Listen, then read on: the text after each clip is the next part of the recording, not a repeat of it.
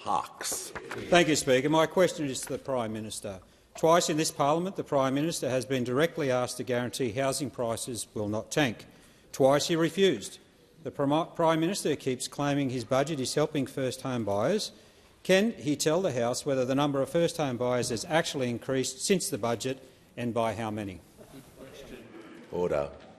Call to the Prime Minister. I thank the member for his question. I'm asked about house prices and I'm asked about first home buyers, and I'd really thank you for the question. When it comes to house prices, the Shadow Minister for Housing has made some comments about this. He has said this on just the 1st of July. I think these are blips and bumps. He went on the day before, in case you think there was an accident. In other markets, speaking about Sydney and Melbourne, I note there is still price growth. Then he says there may be some short-term hiccups as a result of interest rates and the like. And in case you were wondering, whether that was an accident, he said this way back in May. I can tell you as Shadow Housing Minister, I think house prices are too high. Now, when the Shadow Minister for Housing says that, who's been appointed to be the housing spokesperson for the Liberal Party and the National Party, then one would assume that that is all of their position. I assume that has been through the Shadow Cabinet and that is their position. Order. I want to hear from the Manager of Opposition Business. Goes to relevant, Speaker. The Prime Minister has been speaking now for 1 minute and 20 seconds, and all he's spoken about is the opposition. Apologies, I'll just the interjection. You're right. 1 minute 11 seconds. He has spoken about the opposition. He wasn't asked about the opposition. He was asked about twice saying being asked about negative equity. Resume your seat. Yes, the Prime Minister was asked that question. He was reading a comment from the Shadow Housing Minister about housing prices to reinforce his point about the topic. He was Leader of the Opposition. We don't need your assistance at this juncture. So the Prime Minister's using that. Well, I haven't finished what I was going to say, but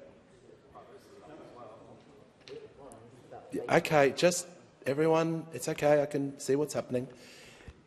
If the Prime Minister is going to use any quote from industry, from the Parliament, from a Shadow Minister or from a Minister, he's got to make sure it's directly relevant. And I have rulings here about previous speakers allowing comments to be made. He can't talk about opposition policy. He wasn't talking about opposition policy, he was talking about the government's policy and what the Shadow's response was. And that is within the standing orders, and there are examples where that happens. So just make sure, if the Prime Minister is using a quote, he's got to be directly relevant to the question. All right. And I'm all right. We'll absolutely allowed to. Yeah. So order. No, we're going to do this. Order. We're going to do this properly, where all managers of opposition business have been entitled to raise subsequent points of order and to speak on points of order. That has been consistent when the Leader of the House was in that role. We're going to give the manager his due respect as well. Thanks, Speaker. And I just referred to a quote from Speaker Smith, and I know that you and the House respect Speaker Smith, and you followed on many of the traditions. In doing that, he needs to address the question that was asked, not just deal with the material that is on this policy topic. And I just want to add that. Very important. I agree with the point you made, and the Leader of the House might want to give his point as well and allow him to do so. Mr Speaker, I won't, simply for the reason that the procedure is meant to be the points of order are raised, and once you've given a ruling, that's it. Yeah. And we've got a practice now that you're giving the ruling and then it's effectively being contested, which is contrary to standing orders. And once a ruling's given, I get that a point of order will be asked beforehand, but this business of getting up 2 or 3 times is not what's ordinarily happened. Yeah. Order. No. That's okay.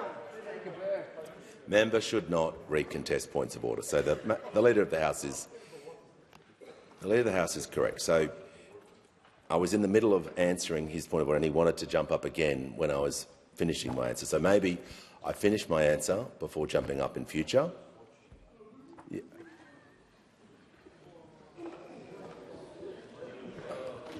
Member for McEwen, just order.